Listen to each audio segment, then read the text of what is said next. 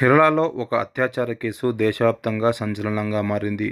పంతనంతిట్ట జిల్లాలో ఈ ఘటన చోటు చేసుకుంది.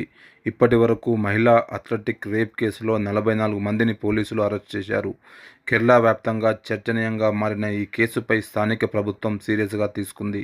ఈ కేసు విచారణకు 25 మంది సభ్యులతో సిట్ కమిటీ ఏర్పాటు చేసింది ప్రభుత్వం. ఈ సిట్కి పంతనంతిట్ట డీఎస్పీ ఎస్ నందన్ కుమార్ నేతృత్వంలో విచారణ జరుగుతోంది. రేప్ కేసు బాధితురాలి వాంగ్మూలం ఆధారంగా నిందితులను పట్టుకొని వారిని పోలీసులు ప్రశ్నిస్తున్నారు. బాధితురాలు వేర్వేరు సమయాల్లో వేర్వేరు చోట్ల వేధింపులకు గురికావడం విశేషం. పోలీసుల వాంగ్మూలంలో బాధితురాలు విస్తుపోయే నిజాలు చెప్పడం జరిగింది.